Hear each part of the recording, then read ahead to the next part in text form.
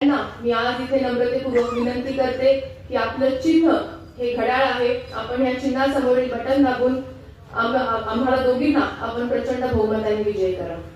आज आपल्या बावडा नुमेवाडी गटामध्ये आपल्या निराभिमा कारखान्याचं मोठं कार्यक्षेत्र आहे. आपल्या वहिनी जेव्हापासून चेअरमन झाले आणि त्यांच्या मार्गदर्शनाखाली कारखानाही चांगल्या पद्धतीने सुरू आहे.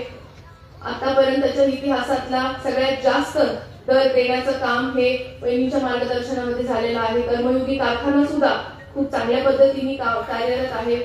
अख्ख्या पुणे जिल्ह्यामध्ये सगळ्यात उच्चांकी दर 3350चा दर हा कर्मयोगी कारखान्याच्या माध्यमातून देण्याचं काम केलं. त्याच्यामुळे आपला ऊस उत्पादक शेतकरी अतिशय आनंदात आहे, खुश आहे. आपल्या शिक्षण संस्था असतील, बाकीच्या सगळ्या आपल्या संस्थेमध्ये सुद्धा आपल्या बावडा गाव असेल, आपल्या पूर्ण परिसरातील सर्व लोक इथे आज कार्यरत आहेत.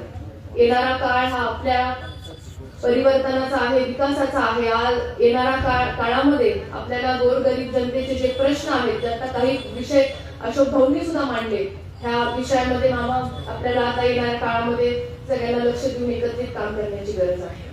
त्यामुळे आपल्याला मी आज एकच सगळ्यांना विनंती करते की आपलं चिन्ह हे घड्याळ आहे. आपण सर्वजण आज एकत्रित आलेलो आहोत, दोन्ही राष्ट्रवादी एकत्रित आलेलो आहोत. सर्व कार्यकर्ते आपण आज एक मनाने काम करत आहोत आणि आपण इथून पुढच्या काळामध्येही आपण सगळे एकत्रित राहणार आहोत.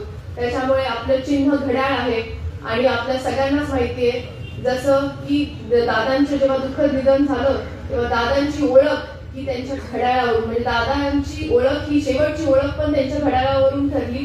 त्यामुळे तुम्ही लक्षात घेऊ शकता की त्यांनी म्हणजे अख्खं आयुष्य, उभं आयुष्य आपल्या पक्षासाठी, आपल्या लोकांसाठी, आपल्या सगळ्यांसाठी त्यांनी अर्पण केलं.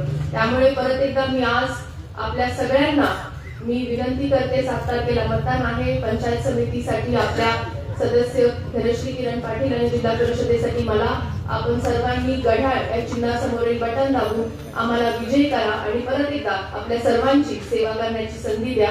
एवढंच मी आज इथे बोलते आणि थांबते. धन्यवाद.